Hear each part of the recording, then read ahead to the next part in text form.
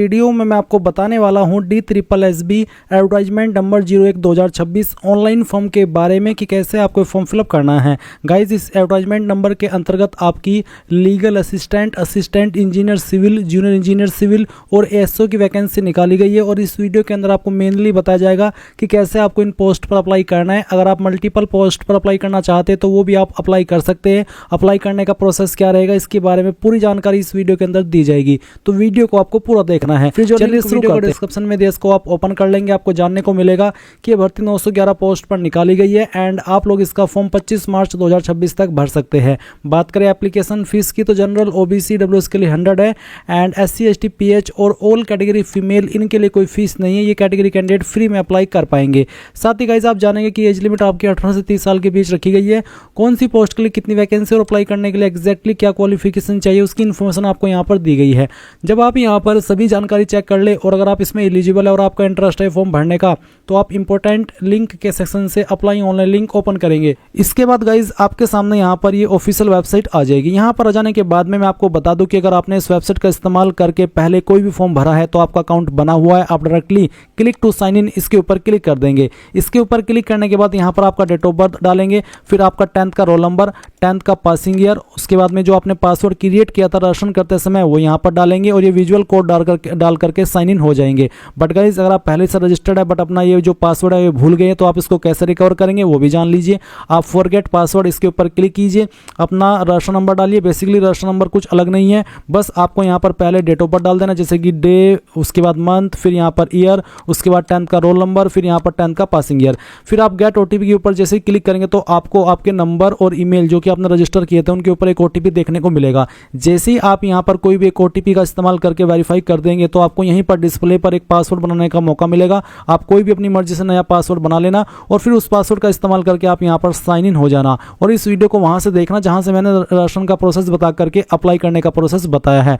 But guys अगर आप बिल्कुल फ्रेशर है, आपने इस वेबसाइट का इस्तेमाल करके कोई फॉर्म भरा ही नहीं, पहली बार आप यहाँ पर DSSB के अंदर कोई फॉर्म भरने वाले हैं तो आपको इसमें पहले अकाउंट क्रिएट करना होगा, यानी कि रजिस्टर होना होगा। इसके लिए आपको यहाँ पर क्लिक फॉर न्यू रजिस्ट्रेशन इसके ऊपर क्लिक करना है। अब गाइज आपके सामने यहाँ पर इस तरह का इंटरफेस आएगा जहां पर सबसे पहले आपको आपका नाम एंटर करना है और ये जो नाम आप यहाँ पर एंटर कर रहे हैं ये आपको 10th के सर्टिफिकेट के अकॉर्डिंग एंटर करना है। फिर आपको आपके नाम को दोबारा डाल करके वेरीफाई करना है। इसके बाद में जो भी आपकी DOB है वो आपको 10th के सर्टिफिकेट के अकॉर्डिंग यहाँ पर सिलेक्ट करनी होगी। पहले आपको आपका ईयर, फिर इसके बाद में आपका मंथ और उसके बाद में डे, एंड देन आपको इसको दोबारा सिलेक्ट करके यहाँ पर वेरीफाई करना है। फिर आप यहाँ पर 10th का रोल नंबर डालेंगे, 10th के रोल नंबर को दोबारा डाल करके वेरीफाई कर देंगे। 10th आपने किस साल के अंदर पास कर ली थी वो साल सिलेक्ट करेंगे, उसको दोबारा सिलेक्ट करके आप यहाँ पर वेरीफाई कर देंगे। फिर आपको आपका जेंडर सेलेक्ट करना है, उसके बाद में जेंडर को दोबारा सिलेक्ट करके वेरीफाई करना है। नेशनलिटी आपकी यहाँ पर इंडियन रहेगी। इसके बाद आप यहाँ पर आपका फादर नेम एंटर करेंगे, फादर नेम को दोबारा डाल करके वेरीफाई करेंगे। मदर नेम डालेंगे, मदर नेम को दोबारा डाल करके वेरीफाई करेंगे। स्पाउस नेम के अंदर अगर आपकी शादी हो चुकी है तो आप आपके पति या फिर पत्नी का नाम डालेंगे और उसको दोबारा डाल करके वेरीफाई कर देंगे। फिर आप यहाँ पर मोबाइल नंबर डालेंगे, 10 डिजिट का, कोई 0 या फिर 91 लगाने की आपको जरूरत नहीं है, सिंपल 10 डिजिट का नंबर डालिए, उसको दोबारा डाल करके वेरीफाई कीजिए। अपनी ईमेल डालिए, ईमेल आईडी को दोबारा डाल करके वेरीफाई कीजिए और उसके बाद गेट OTP पर क्लिक कीजिए। देन आपकी ईमेल और नंबर दोनों पर OTP जाएंगे। आपको यहाँ पर पहले मोबाइल वाला फिर ईमेल वाला OTP डाल करके वेरीफाई कर देना है। उसके बाद आइडेंटिटी प्रूफ डिटेल में कुछ और जानकारी आपको देनी है, जैसे कि यहाँ पर पूछा है do you want to give Aadhaar as an ID proof. अगर आप आधार ID प्रूफ के रूप में देना चाहते तो आप यस करके आपका आधार नंबर डालिए, उसको दोबारा डाल करके वेरीफाई कीजिए। जो नाम आपका आधार कार्ड के अंदर है वही नाम आप यहाँ पर लिखिए, उसको दोबारा डाल करके वेरीफाई कीजिए। उसके बाद में गाइज आप यहाँ पर एक पासवर्ड बनाएंगे। पासवर्ड आपको कैसा बनाना है वो आप यहाँ पर देख लीजिए। आपको यहाँ पर पासवर्ड में कम से कम एक स्मॉल लेटर, एक कैपिटल लेटर और फिर इसके अलावा आपको स्पेशल कैरेक्टर का इस्तेमाल करना है और साथ ही आपको डिजिट का इस्तेमाल करना है। तो कुछ इस तरह का पासवर्ड आप बना लेंगे, उसको दोबारा डाल करके वेरीफाई करेंगे, यहाँ पर टिक करेंगे और फिर इसके बाद में टिक करके आप यहाँ पर जो भी जानकारी भरी है पहले तो प्रीव्यू के ऊपर क्लिक करके उसको वेरीफाई कर ले। जब आपको लगे कि यहाँ सभी जानकारी सही है तो फिर आप यहाँ पर आई हैव इसके ऊपर टिक करके सबमिट पर जैसे ही क्लिक करेंगे तो आपका रजिस्ट्रेशन हो जाएगा और रजिस्ट्रेशन होने के बाद में गाइज आपको आपकी पूरी जानकारी आपकी डिस्प्ले पर देखने को मिलेगी। इसके बाद गाइज आप यहाँ पर अगेन होम पेज पर आ जाएंगे क्योंकि जो आपका रजिस्ट्रेशन है वो कंप्लीट हो चुका है। अब आप इसमें यहाँ पर साइन इन होंगे। ये उनके लिए जो कि फर्स्ट टाइम इसमें रजिस्टर करके अप्लाई कर रहे हैं। तो आप क्लिक टू साइन इन इसके ऊपर क्लिक कीजिए और जो भी आपने आपका जो डेट ऑफ बर्थ अपना रजिस्टर किया है वो डेट ऑफ बर्थ डालिए, पहले डे फिर मंथ और उसके बाद में ईयर, फिर 10th का रोल नंबर, उसके बाद में 10th का पासिंग ईयर जो भी आपने सेलेक्ट किया था रजिस्ट्रेशन करते समय, अपना पासवर्ड जो आपने अभी अपनी मर्जी से बनाया वो यहाँ पर फिल कर दे, ये विजुअल कोड डालिए और उसके बाद में साइन इन इसके ऊपर क्लिक कीजिए। इसके बाद गाइज आप यहाँ पर लॉगिन हो जाएंगे और लॉगिन हो जाने के बाद में आपको अप्लाई फॉर न्यू एप्लीकेशन इस सेक्शन के ऊपर क्लिक करना है। देन आपके सामने सभी वैकेंसी आ जाएगी। और हाँ, अगर आपके मन में सवाल है कि क्या मैं मल्टीपल पोस्ट पर अप्लाई कर सकता हूं, तो आप कर सकते हैं अगर आप अप्लाई करने के लिए एलिजिबल है। तो आपको यहाँ पर सेलेक्ट करना है कि कौन सी पोस्ट पर आपको अप्लाई करना है, एएसओ की, जेई की या फिर आपकी असिस्टेंट इंजीनियर की या लीगल असिस्टेंट की। जिस पर भी अप्लाई करना है वो आप सेलेक्ट कीजिए। सभी पर अप्लाई करने का तरीका सेम है, बस अगर कुछ अलग आएगा तो वो अलग होगा जो क्वालिफिकेशन का सेक्शन, क्योंकि क्वालिफिकेशन के सेक्शन में वही क्वालिफिकेशन आपको देनी होगी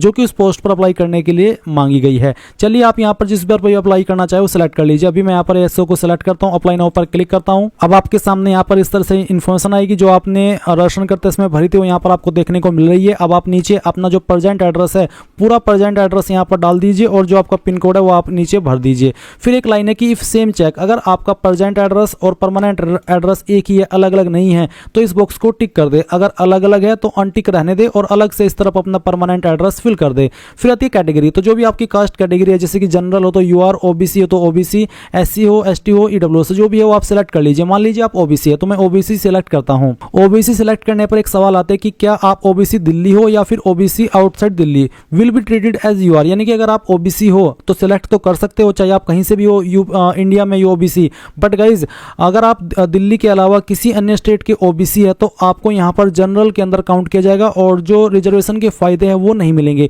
रिजर्वेशन के फायदे उन्हीं को मिलेंगे जो कि ओबीसी दिल्ली है। तो जो भी है आपकी कैटेगरी वो आप यहां पर सेलेक्ट कर लें। जैसे कि मैंने यहां पर ओबीसी दिल्ली सेलेक्ट किया तो मेरे सामने आता है सर्टिफिकेट नंबर, यानी कि मुझे यहां पर कास्ट सर्टिफिकेट नंबर देना होगा।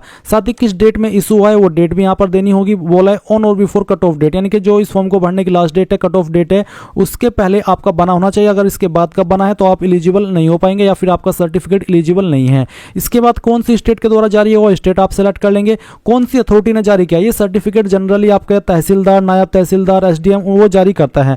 तो आपको यहाँ पर आपका जो सर्टिफिकेट है वो चेक करना है और जहाँ पर मोहर लगी हुई होती है वहीं पर सक्षम अधिकारी लिखा होता है और स्लैश लगा होता है और उसके बाद में लिखा होता है वो पोस्ट जिसने उसको जारी किया है, तो वही पोस्ट आपको यहाँ पर लिख देनी है। तो ये तो जानकारी मैंने बताई उनके लिए जो कि ओबीसी है। अभी यहाँ पर मैं थोड़ी सी बात उनके लिए भी करूंगा जो कि एससी एसटी है। बट उसके पहले एक सवाल है कि do you have a valid non creamy layer certificate, यानी कि जो अगर आप ओबीसी है तो आपको बताना है कि आप ओबीसी नॉन क्रीमी लेयर में आते हो। अगर हाँ तो यस, नहीं तो आप नो करेंगे। अगर आप नो करते तो आपको बोला है कि creamy layer OBC will be treated as UR, यानी कि जो ओबीसी क्रीमी लेयर है वो भी जनरल में ही काउंट होंगे और उनको भी रिजर्वेशन का फायदा नहीं मिलेगा। बट अगर आप नॉन क्रीमी लेयर है तो गाइज आपको यहाँ पर यस करना है और फिर जो ओबीसी को रिजर्वेशन के फायदे मिलते हैं या जो भी फायदे मिलते हैं वो आपको दिए जाएंगे। अब मैंने यहाँ पर गाइज जो कैटेगरी है वो एससी सिलेक्ट की है, तो एससी सिलेक्ट करने पर यहाँ पर कोई ऐसा सवाल नहीं है कि आप दिल्ली के एससी है या फिर कहीं के और के एससी है।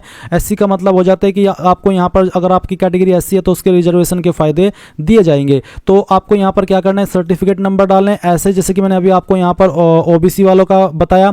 फिर उसके बाद में कब आपने आपका सर्टिफिकेट बनवाया वो डेट सेलेक्ट कर लेंगे। किस डेट के द्वारा जारी हुआ है वो डेट आपको वो स्टेट आपको सेलेक्ट करनी होगी। इसके बाद आप देखेंगे सर्टिफिकेट इश्यूइंग अथॉरिटी, कौन सी अथॉरिटी यानी कि कौन सी पोस्ट के द्वारा आपका सर्टिफिकेट जारी हुआ है वो आपको यहाँ पर भर देना है। जैसे कि अभी मैंने बताया अभी कि आप आपका सर्टिफिकेट चेक करेंगे और उसके ऊपर सक्षम अधिकारी के बाद में जो भी पोस्ट लिखी है वही पोस्ट आपको यहाँ पर लिख देनी है। उसके बाद में आप यहाँ पर देखेंगे सब कैटेगरी, अगर आपकी कोई इनमें से सब कैटेगरी है जैसे कि एक सर्विसमैन हो, डीयू एसआईबी एम्प्लॉय हो, गवर्नमेंट सर्वेंट हो, कम से कम 3 साल की सेवा की हो तो आप उसको सेलेक्ट कर लेंगे। अगर आप विकलांग है तो आप डिफरेंटली एबल सेलेक्ट करेंगे। अगर आपकी इनमें से कोई कैटेगरी नहीं है तो उसको ऐसे ही छोड़ दे। फिर एक और सवाल है कि डिबरेड बाय बोर्ड और एनी अदर एजेंसी, क्या आप किसी बोर्ड के द्वारा या किसी एजेंसी के द्वारा डिबरेड या ब्लैक लिस्ट किए गए हो।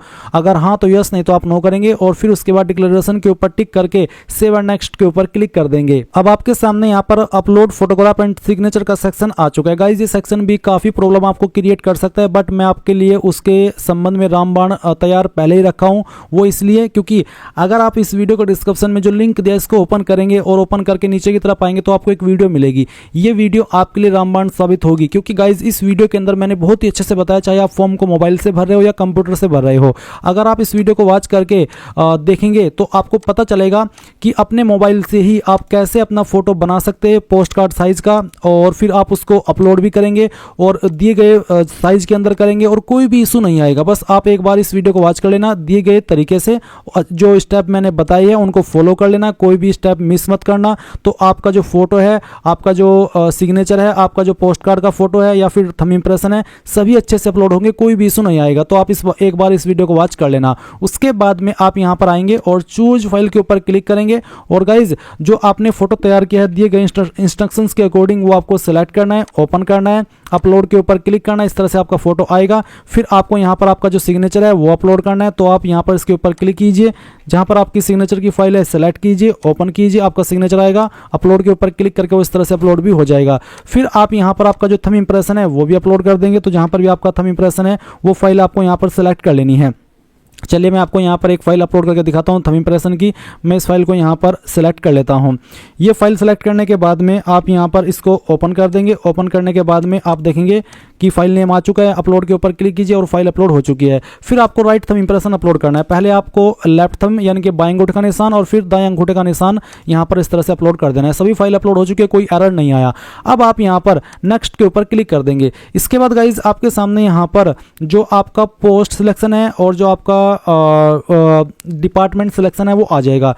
जिस भी पोस्ट पर आप अप्लाई कर रहे हैं उस पोस्ट पर अप्लाई करने के लिए क्या क्या क्वालिफिकेशन चाहिए वो भी आपको देखने को मिलेगी और वो पोस्ट किस किस डिपार्टमेंट के अंदर है वो भी आपको देखने को मिल जाएगा। जैसे कि मैंने एसओ सेलेक्ट कर रखा है तो एसओ की पोस्ट यहाँ पर दिल्ली पोल्यूशन कंट्रोल बोर्ड के अंदर भी है, service department GNCT of Delhi के अंदर भी है और तीसरा है Delhi urban shelter improvement board, इसके अंदर भी है।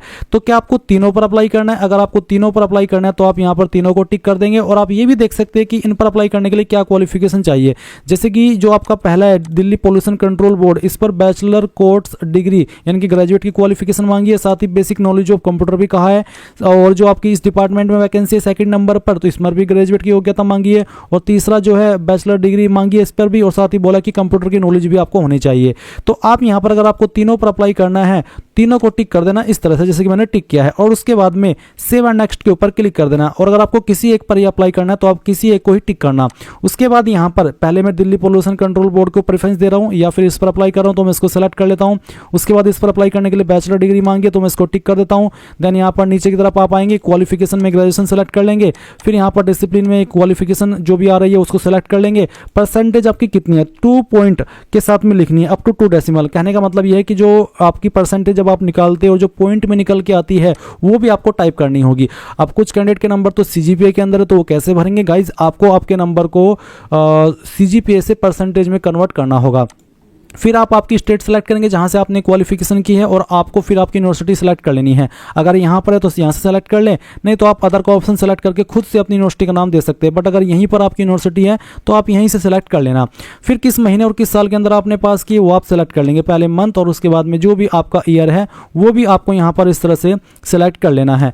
एंड देन आप यहाँ पर इसमें नीचे की तरफ आएंगे, इस तरफ थोड़ा देखेंगे इंसर्ट, तो आप इंसर्ट के ऊपर क्लिक कर देना, ये क्वालिफिकेशन आपकी ऐड हो जाएगी। उसके बाद यहाँ पर गाइज आपसे पूछा है कि desirable qualification basic knowledge of computer, अगर आपके पास बेसिक नॉलेज ऑफ कंप्यूटर है तो आप इसमें यस कर देंगे। यस करने के बाद में पहले तो आपको पहली वाली क्वालिफिकेशन को यस कर देना है, do you want to finally save, इसको आप ओके कर देना। उसके बाद में इन्फॉर्मेशन आपकी सेव होगी और फिर सेकंड वाली है do you want to finally save, इसको भी आप यस कर देना। यस करने के बाद ये इन्फॉर्मेशन भी आपकी सेव हो जाएगी। उसके बाद आप यहाँ पर देखेंगे आपको क्या करना है, ये जो आपकी एक डिपार्टमेंट की क्वालिफिकेशन है वो तो आपने सेव कर दी है। अब आपको सेकंड क्वालिफिकेशन की भी इस तरह से ही, सेकंड डिपार्टमेंट की भी क्वालिफिकेशन इस तरह से देनी है। जैसे कि मैंने ये वाला डिपार्टमेंट सिलेक्ट किया, मेरे सामने आया कि अप्लाई करने के लिए इसमें ग्रेजुएशन की योग्यता मांगी और साथ ही कंप्यूटर प्रोफिशिएंसी, मैं इसको टिक करता हूँ।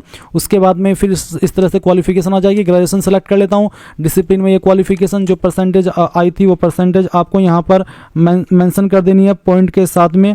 उसके बाद में आप यहाँ पर देखेंगे आपकी स्टेट पूछिए जहां से आपने इस क्वालिफिकेशन को किया है, आपकी यूनिवर्सिटी यहां पर आपको बतानी है। फिर गाइज आपको यहां पर जो आपका महीना है और साल है वो बताना होगा कि किस महीने और किस साल के अंदर आपने इसको पास कर लिया था। फिर आप इंसर्ट के ऊपर क्लिक करेंगे और ये जो क्वालिफिकेशन है वो यहाँ पर आ जाएगी। जैसे ये क्वालिफिकेशन आ जाए तो आप यहाँ पर नीचे कंप्यूटर प्रोफिशिएंसी इसके ऊपर टिक कर देंगे, फिर आप do you want to finally save इसके ऊपर क्लिक कर देंगे और ये जो क्वालिफिकेशन है वो भी आपकी ऐड हो जाएगी। गाइज यहाँ पर जब मैं ये फॉर्म भर रहा था तो मेरे सामने एरर आ गया और मैं लॉग आउट हो गया। तो ऐसे में यहाँ पर अगर आपके सामने भी कुछ ऐसा एरर आ जाता है तो मैं आपको पहले ही बता दे रहा हूँ कि आपको करना क्या है। आप अगेन लॉगिन करेंगे, लॉगिन करने के बाद में आपको यहाँ पर इसमें क्या करना है, आप देखेंगे सबमिट फाइनल एप्लीकेशन, आप इस वाले सेक्शन पर क्लिक करेंगे, फिर आपको सेलेक्ट पोस्ट अप्लाइड, आप इसको सेलेक्ट करेंगे क्योंकि फिर आप शुरू से अप्लाई नहीं कर सकते, बीच से फॉर्म को ही स्टार्ट करना होगा। तो आप सिलेक्ट पोस्ट अप्लाइड ये वाली पोस्ट सेलेक्ट कर लेंगे जो कि आप भर रहे थे जहां पर आपको एरर आया था, फिर आप सबमिट कर देंगे। गाइज यहाँ पर मैं आपको बता दूं कि जब मैं ये फॉर्म भर रहा था तो मेरे सामने एरर आ गया और मैं लॉग आउट हो गया। तो अगर आपके सामने भी कुछ ऐसा प्रॉब्लम आ जाता है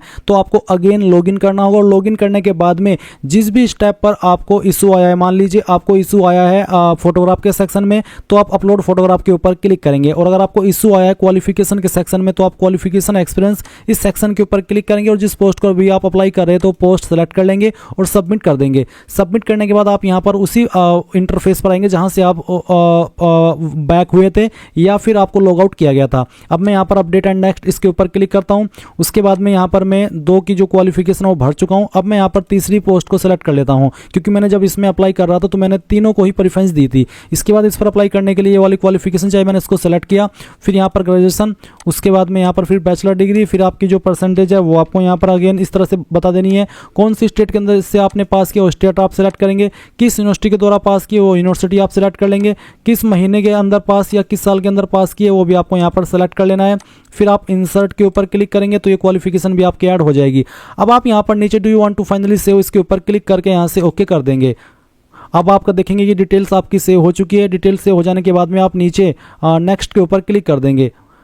नेक्स्ट के ऊपर क्लिक करने के बाद में यहाँ पर मेरे सामने फॉर्म का प्रीव्यू आ चुका है। जो भी जानकारी मैंने भरी वो यहाँ पर मेरे सामने है और मैं आप देख लीजिए कि मैंने इन तीनों डिपार्टमेंट को प्रेफरेंस दिए जो यहाँ पर मेंशन किए गए हैं और सभी की क्वालिफिकेशन भी भरी है। अगर आपको किसी सेक्शन को एडिट करना है तो आप उसी सेक्शन के ऊपर क्लिक करके देख सकते हैं, edit personal detail, edit photo signature, left thumb impression and right thumb impression, edit qualification and experience. तो जिसको भी एडिट करना है वो कर लीजिए अगर आपको करना है, क्योंकि बाद में एडिट का मौका नहीं मिलेगा। फिर आप यहाँ पर जब श्योर हो जाए कि यहाँ सभी इन्फॉर्मेशन सही है तो आप यहाँ पर डिक्लेरेशन के ऊपर क्लिक करके यहाँ पर टिक करेंगे। सबमिट फाइनल एप्लीकेशन के ऊपर जैसे क्लिक करेंगे तो गाइज आपका जो फॉर्म है वो सबमिट हो जाएगा। और क्योंकि ये फॉर्म अगर आप SC ST से भर रहे हैं या ऑल कैटेगरी फीमेल है तो आपको कोई फीस पे नहीं करनी, आपका बिना फीस के फाइनल सबमिट हो जाएगा। आप यहाँ पर सबमिट फाइनल एप्लीकेशन के सेक्शन पर आएंगे और यहाँ पर आ जाने के बाद में आप जो आपके फॉर्म का स्टेटस है वो भी देख सकते हैं। अगर आप यहाँ पर देखेंगे प्रिंट एप्लीकेशन, तो प्रिंट एप्लीकेशन के ऊपर क्लिक करके आपको यहाँ पर जिस पोस्ट पर अभी आपने अप्लाई किया है वो पोस्ट आपको सेलेक्ट कर लेनी है। उसके बाद में प्रिंट एप्लीकेशन पर क्लिक करना और एक क्लिक के अंदर आपके सामने आपके फॉर्म का प्रिंट आ जाएगा। आप चाहे तो इसको PDF के रूप में सेव कर लें और चाहे तो बाद में प्रिंट करा लें। और ये किसी भी टाइम आप प्रिंट कर सकते हैं, ऐसा नहीं है कि बस कुछ टाइम के लिए प्रिंट है। अगर फॉर्म की लास्ट डेट भी चली गई, साल भी बीत गया, 2 साल भी हो गए, तब भी आप इसको प्रिंट कर सकते हैं। क्योंकि आप यहाँ पर देख सकते हैं कि मैंने बहुत सारे फॉर्म को भर रखा है और मैं किसी का भी प्रिंट यहाँ से ले सकता हूँ। अब गाइज अगर आपको मल्टीपल पोस्ट पर अप्लाई करना है तो आप again apply for new application इस सेक्शन के ऊपर क्लिक करेंगे और जिस पर भी आपको दोबारा अप्लाई करना है, जैसे कि एक पोस्ट पर तो आपने अप्लाई कर लिया, तो मान लीजिए आपको अप्लाई करना है JEE की पोस्ट पर तो आप अप्लाई नाउ के ऊपर क्लिक करेंगे और ऐसे ही जानकारी भरेंगे जैसे कि अभी आपने ASO की भरी है। उसमें जो सेक्शन अलग आएगा वो आएगा सिर्फ क्वालिफिकेशन का, बाकी का सब कुछ सेम रहेगा, कुछ भी आपको अलग भरने की आवश्यकता नहीं है। सो इस तरह से गाइज आप लोग DSSB न्यू वैकेंसी 2000